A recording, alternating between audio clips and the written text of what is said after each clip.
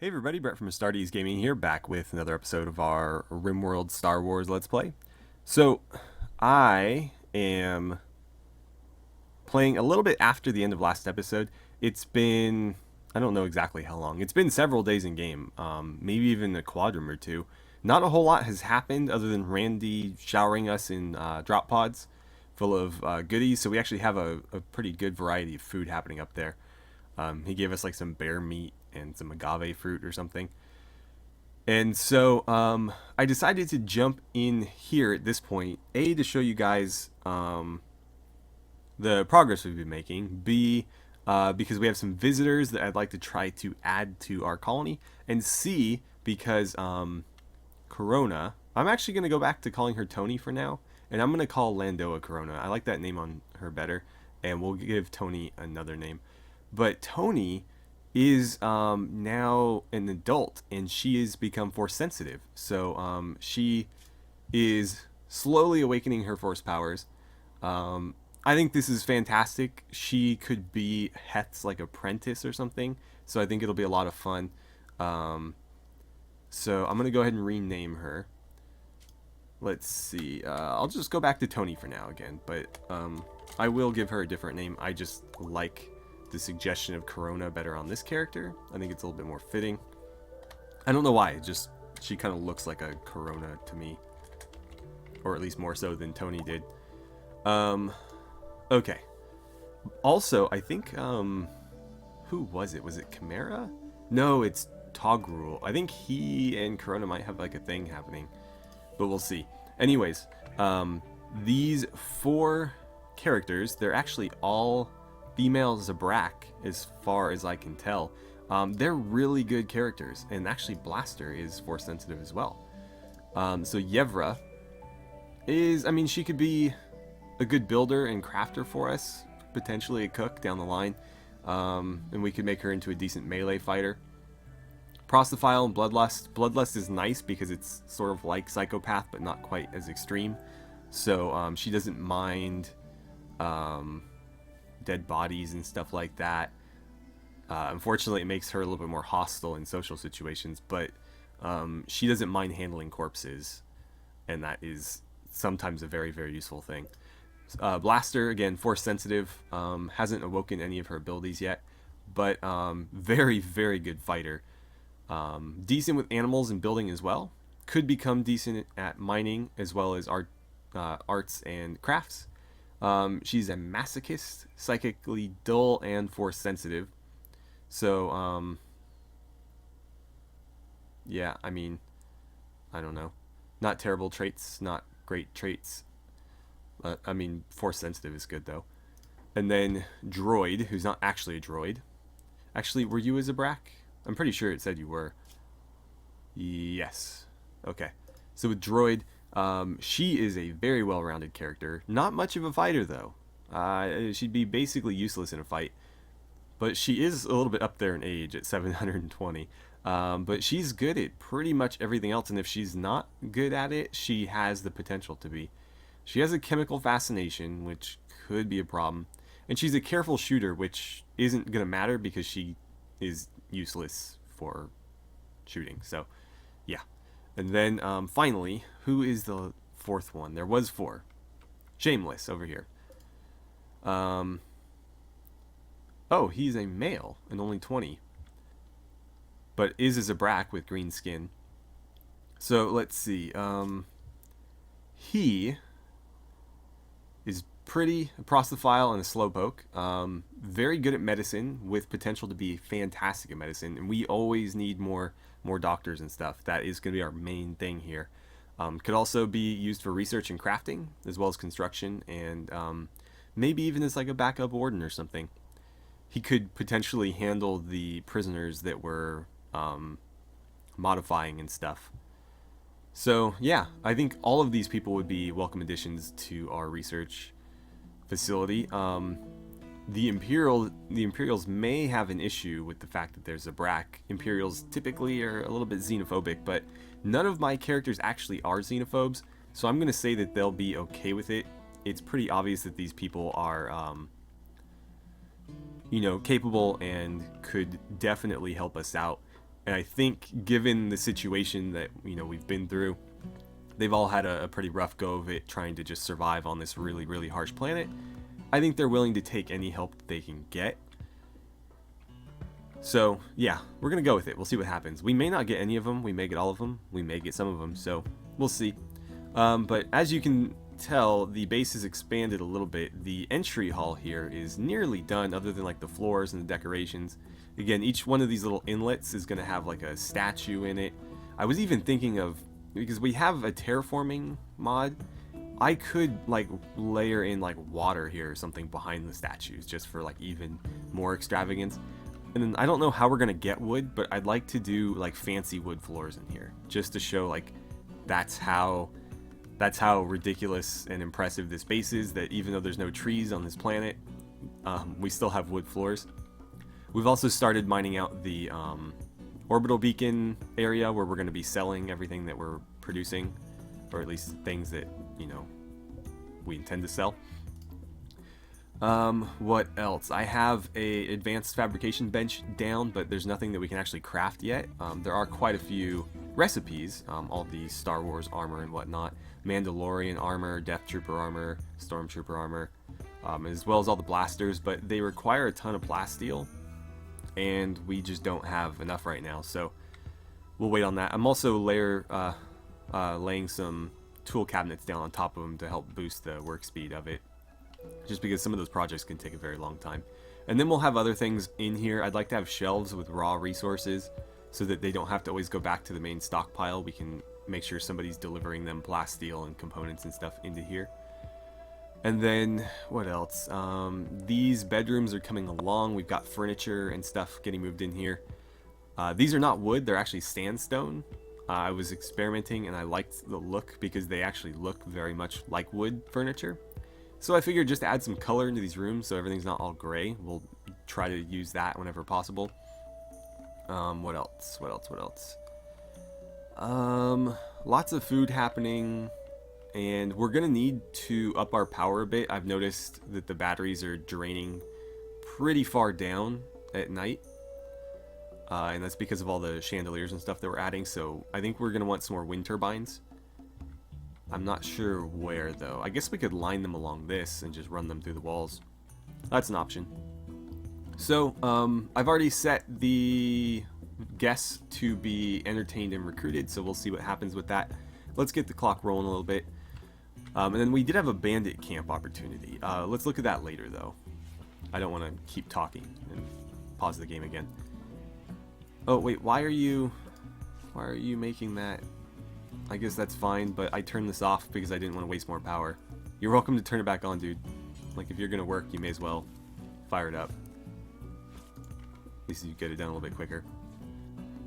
By the way, I was gonna give Tony the Sith robes that we had laying around. It's actually technically Jedi garb, but it's black, so, you know, Sith robes. But the problem is they are the under ones, not the over ones, and so they would take the place of her jumpsuit and they would go under her parka, and so it just, you know, you wouldn't get to see them. So I'm gonna not use those, and we'll try to get her some that sit over the jumpsuit, that way she's still warm and won't need the parka. But we'll see. I don't know if there's a recipe for that. I guess we can look. It would be Jedi robe. Oh wait, but those are all the same. Does it say what layer it sits at? I wish it was more clear about what layer. If you've used Prepare Carefully, there's essentially 4 layers of clothing that you can wear. There's like body, under layer, middle layer, and then top layer. And so things like parkas and jackets are going to sit at the top layer. Things like bodysuits are going to be at the, you know, the bottom body layer. And unfortunately, this sits at one of the lower ones and seems to overlap with the bodysuit. So it'd be nice to have one of those that didn't, but it seems like Jedi garb, no matter what we do, is always going to be at that one. So we can try Jedi robes, but I think those are going to look different. Yeah. And then I think they're going to look like this. Yeah, those are the robes. So they have like a coat and stuff over it. Which, damn, that's a shame. I'd rather use this, but I don't know that that's going to be an option. Especially since the installation is pretty pathetic. I guess we'll see. We'll figure something out. So I've also started mining of the prison area. I don't know how much of this I'm actually going to worry about like re-walling. Because honestly, I don't really care how it looks. I don't really care what the prisoners think. We just need the space available. And so, I guess let's get all of this dug out. Why can't I have them dig over here? There we go. We'll need to be careful because if we open this up into a, you know, what do you call it? Like an area that's unroofed, it could get very cold there. In fact, it already is. Let's make sure they're expanding. Oh yeah, they're not even keeping the roofs up with it. Had to do a lot of those because yeah, like this, they mine into an area and then the roofs don't automatically get added. I guess I could preempt it by adding that to my home zone. In fact, I'll do that. And I think if I do this, they'll automatically make that a build roof zone when it expands. So let's do that and we'll see how that goes. Here, I'm going to do something like this. But that doesn't need to be considered home. Close enough. And we don't really need all of this either. One thing I wish I had done before I fenced this off right here is I should have put a deadfall trap right in that little spot. But too late now. I don't think that it'll be a problem, but if it does become one, then we'll fortify it more heavily. But I kind of like the look of it. I like how it looks like that. To me, it seems more realistic than having like a wall there that doesn't have a roof on it. But again, if it becomes a problem, then we'll have to modify it. Also, we're getting more of these lights laid down. I'm going to try to wrap them around. And I want them on each side of every hallway. Why does that look so dim? I don't know. I don't know. How are we doing with these guys? We need one more friend to recruit. Hospitality is all the way up. That's good. We're going to lose a bunch of goodwill with that faction when we recruit these people. But I honestly don't care. We never get raided either, so like I almost welcome it just because it seems like we haven't been getting raided at all lately. And that's kind of boring, honestly. I want to have a big prison complex, but that's never going to happen if we never get any prisoners sent our way. Or potential prisoners, I guess. Raiders sent our way. I think I will... Let's see. Let's add a bit more mining to be done here. Some of these are going to have to be walled off properly because there isn't, walls there where we want them. And I can actually put doors on these bedrooms. I'm running that mod that lets you lock and unlock doors. So what we'll probably do is, where is it? Structures. We have these jail doors. They're actually kind of expensive though. I don't know if I like that. I could just do curtains, make them out of cloth. Or I guess just like simple stone doors would be fine too.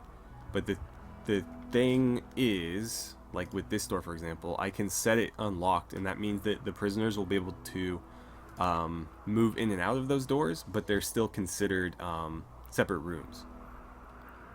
So what that means is I can make like nicer cells and then worse cells, and the people we want to actually recruit from our prisoners will get the nicer bedrooms, and the ones that we don't care about can stay in the worse ones, and that way we're not wasting resources or anything.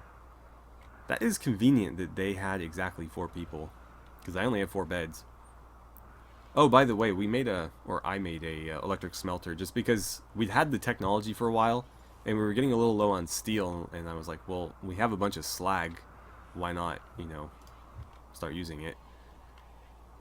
And so, yeah, that is draining our power as well, but at least we're getting, pretty consistent steel production now. And down the line, I think that's another thing we'll add into the prison complexes, a way for them to smelt the steel, because that is something that they could do, you know, safely. It's not like they're making weapons or anything with that.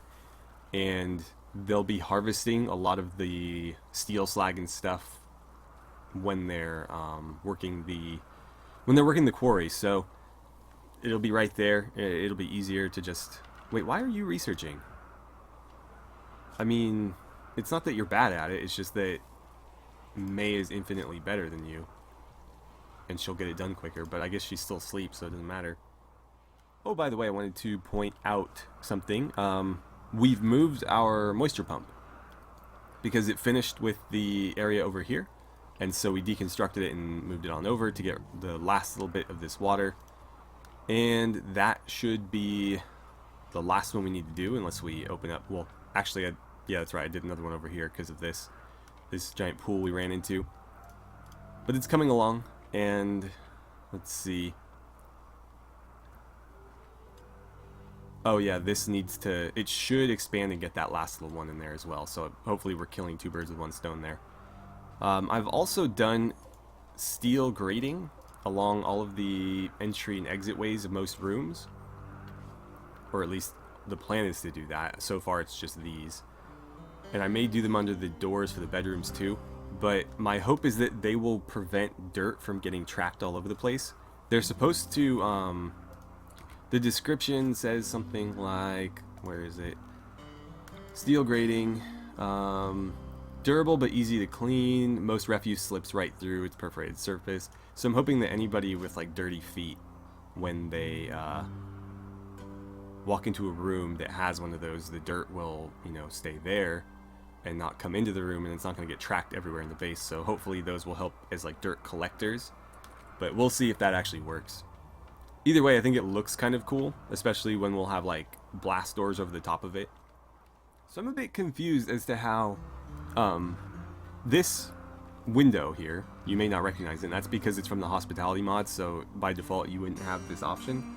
But I don't think the mod is working correctly, because for Yevra here, it says that you need at least 3 friends, you know, in our faction to recruit her over to it, and we have 0 right now. But if we go to the social tab, she only has 3 friends, 2 of which are from our colony. So I don't quite get how they're determining that. Oh, listen to a recruitment pitch from Heth. She is excited about his proposal. Awesome.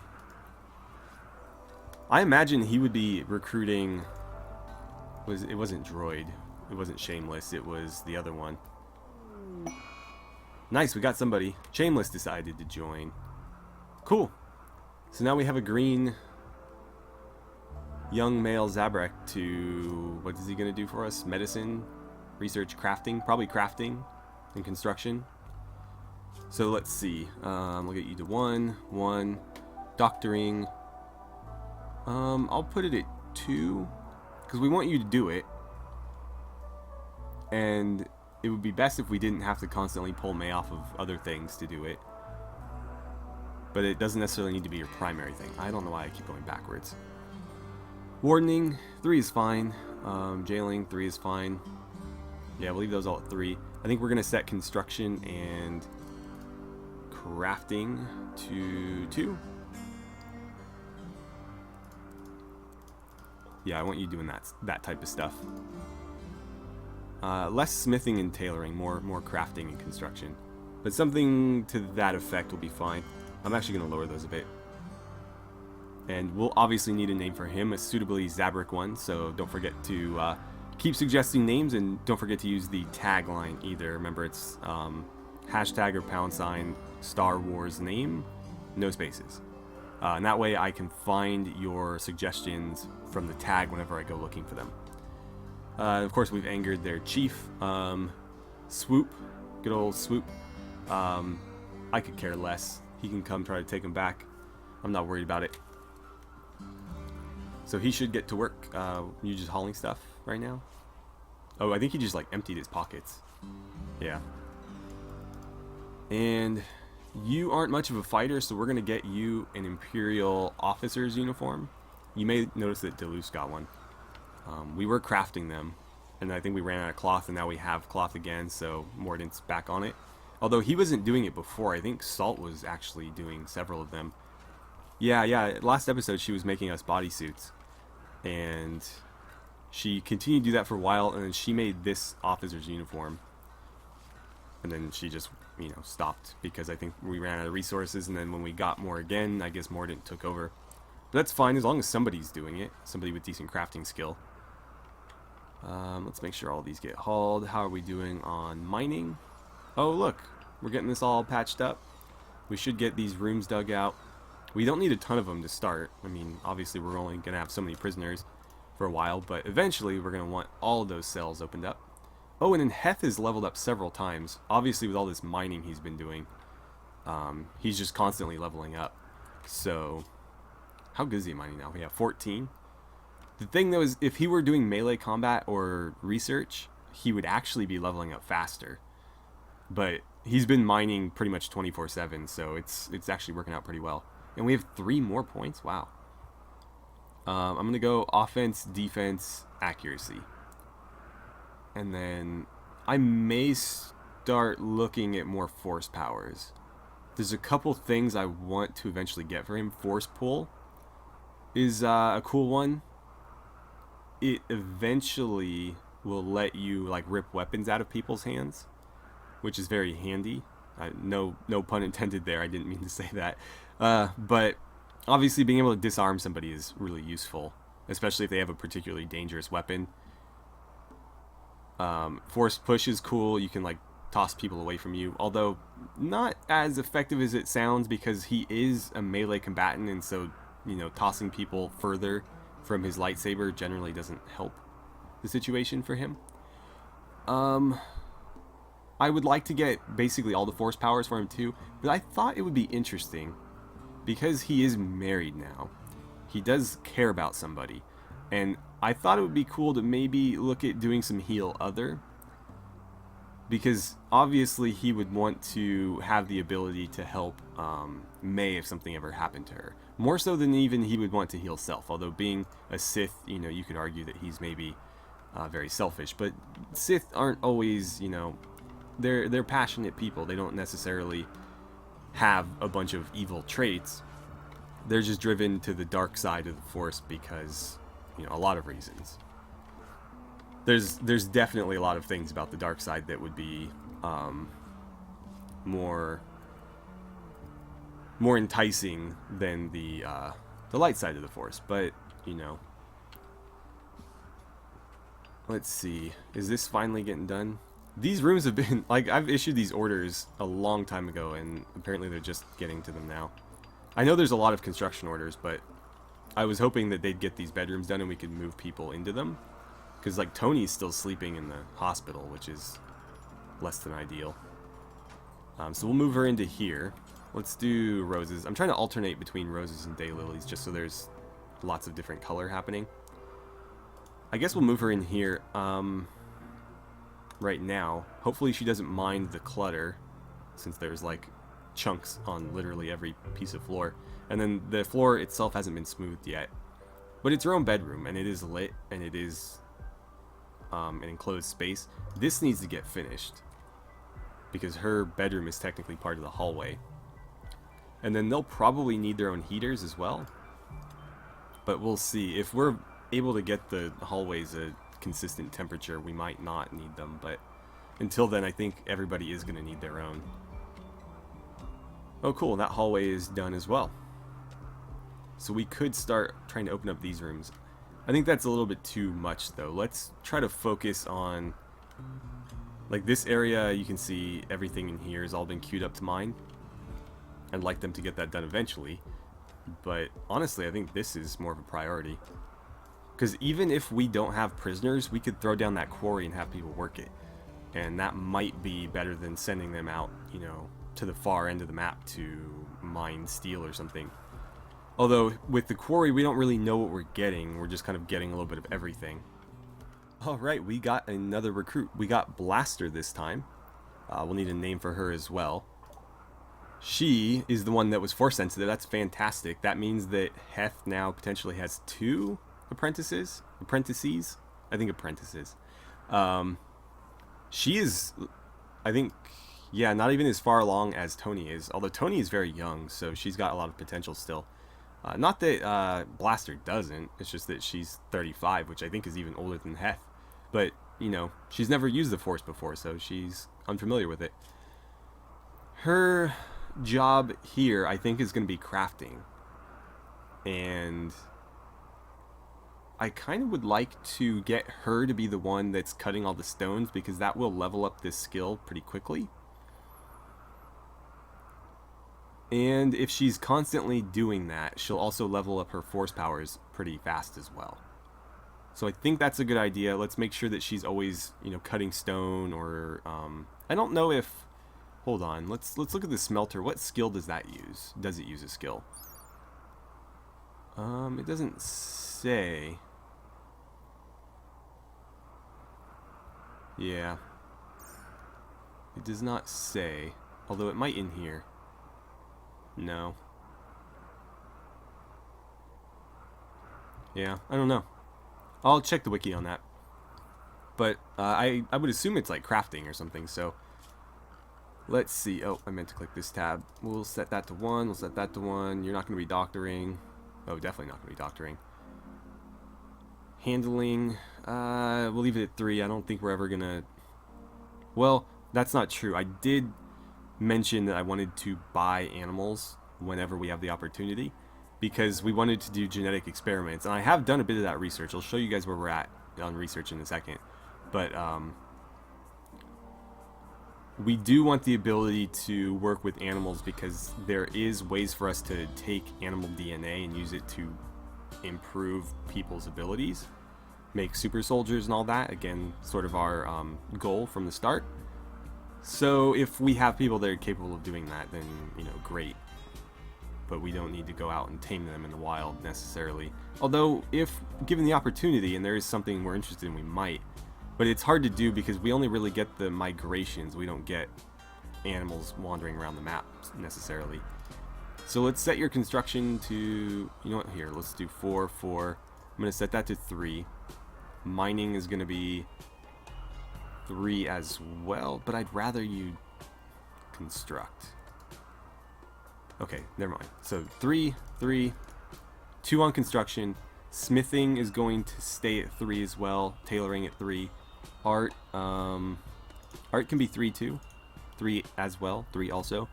Not 3, 2 or 32, whatever. Crafting is gonna be 1. That's how we'll do that. And that way she'll always be working on something to that effect. So we got 2 out of 4, and the other 2 are still around, so we might be able to get them as well. Hopefully, but if we don't, it's not that big a deal. We still did get 2 pretty good additions. And I'm going to change her hair probably, because from a distance she doesn't really look like a Zabrak. Obviously with green skin he's a little bit more obvious, but she could be mistaken for a human from a distance. And if we're going to have Zabrak, I'd like them to at least, you know, be visually distinct. Just because it looks cooler, you know? But I don't mind that haircut necessarily. I just... Oh, good. Where is it? Is that the one you just finished? Who needs one? I guess that's the question. Let's see. You got a bodysuit. You got one. This is normal quality. So if everybody has one, we'll go through and see if anybody has, like, shoddy ones that need to be replaced. That one's superior. Ooh, aren't you fancy? Normal, that's fine. Good. You've got one. You've got one. Yours is awful, so we might replace yours. In fact, I probably should, because you do a lot of stuff outside. And so the better your temperature resistance, the easier that stuff gets done. That one is shoddy, but you're not wandering outside as much. It would definitely be better than that tribal wear you've got on, but that's not an immediate necessity. So let's have you go wear that. I probably should have let you finish what you were doing, but whatever. So he'll put that one on, and then normal, good. I'll probably replace Shameless's tribal stuff. Oh, we got another. We got droid. Man, this is going great for us. Heth is doing all the legwork here. What is your social, by the way? 13 now. I would have thought it'd be higher at this rate. So droid is good at pretty much everything. Or at least has potential for everything. I think we'll have her with helping out with growing, crafting. She could do research. We have so many people that can. We've really been going after intellectual type people. She's actually, I think, the best animal handler as well, and she's got social skills and medical skills. Okay, so yeah, you're just going to be doing a little bit of everything. We'll go 1 1 2 2 1. Wardening, let's set that to at least 3. She's kind of just going to be filling in the gaps, I think. Anything that needs to be done is going to be like her thing. Negotiating, we'll have that 3. I'll put it at 4. That way, if I manually prioritize her to do it, she'll go do it, but otherwise she's not really going to be involved in it much. I guess we'll set you to fort cooking. If anything needs to be cooked and there's nobody else doing it, you're welcome to jump in. Growing, let's set that a bit higher because that is something that's kind of important for us. I'm going to take Maid down on that one. I don't think we really need her involved in that anymore. Smithing, let's set that to 2 as well. Tailoring 2. Crafting can be 2. Art, we'll have that set to 3. Plant cutting should be on there as well. And then research, I'll put it at 4. And we'll set these to 2. So hopefully she helps out with it. And yeah, we'll go with that. So that's everybody but Yevra. I'm curious, if we go to guest, faction goodwill minus 68. It was at like plus 20 something before. But we have enough friends to recruit her. Hospitality is at full. So it should only be a matter of time. I imagine we'll get her before she leaves. Oh, they're giving us packaged survival meals. I should make sure that those get stashed away and forbidden so that nobody eats them as a snack.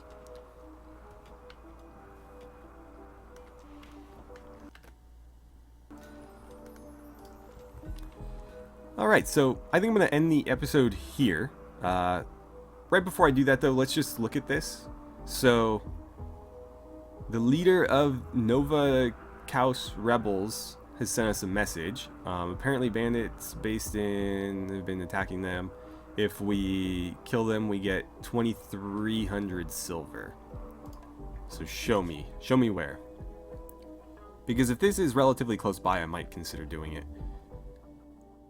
Okay, let's see. Who is this? Blue Mountain Amalgamation. We're familiar with them, although we haven't heard from them lately. It's a 4-day trip. That's pretty rough. That means at best we can hope for an 8-day turnaround time, and I don't think that's realistic. Everything I've read says to double it and expect something equivalent to that, or at least around that, and so 16 days is kind of a long time to be gone, especially since we don't have a lot of survival meals or anything to send them with. We could send them with, we have a lot of simple meals, but they won't last, and so that would be a problem. I do have the camping mod installed, but it doesn't seem like it's working lately. I noticed in the Skyrim playthrough when I was sending caravans out, I was just assuming, oh, if anything happens, we'll camp and hunt, but I didn't actually have the option to do that, and so I'll have to look into why that mod's not working. It could just be an issue with the mod order, but yeah, I don't think we're ready for something like that. Those missions never go away, though, as far as I'm aware, so we have a long time to do it, or infinite time to do it, but I would rather do it sooner than later. We're gonna need to, I may even consider getting like pemmican research done or something, just so that we have some alternative to these, because these are kind of expensive resource wise. But either way, we need meat, and that's not something we generally have a lot of. In fact, I probably should have held this meat and used it for something like that, but they got fine meals, and so they were happy. So it's not that big a deal. Oh right, I told you guys I would show you where we are research wise. So, right before we end the episode, I have finished, let's see, we were doing what were we doing at the end of last episode? I think we ended somewhere almost done with synthetic organs. That's finished. So eventually we'll try to start producing some synthetic organs. They are pretty resource intensive though. And then we jumped over to genetic engineering and human genetic engineering. So this will allow us to mix human and animal DNA to create animal implants, which again gives our characters or our test subjects advanced abilities. And then after we finished those two, which both happened off camera, I went and selected advanced geothermal power, and we'll probably go to nuclear power from there, but I haven't decided yet. So you're welcome to try to sway me otherwise if you think something's more important. But yeah, we're going for that next, in the hope that once we finish it, we can actually dismantle this, build a new one there, a new and better one, and then another new one over here, and we can try to connect those somehow. Although I was thinking if we expand the base far enough, we could like loop around inside here and actually run it into the base there. But I don't even know what we would fill all that with, to be honest. Anyways, we'll end it here for today. So thank you guys so much for watching. I had a great time playing some RimWorld with you, and I look forward to seeing you guys back here for the next episode.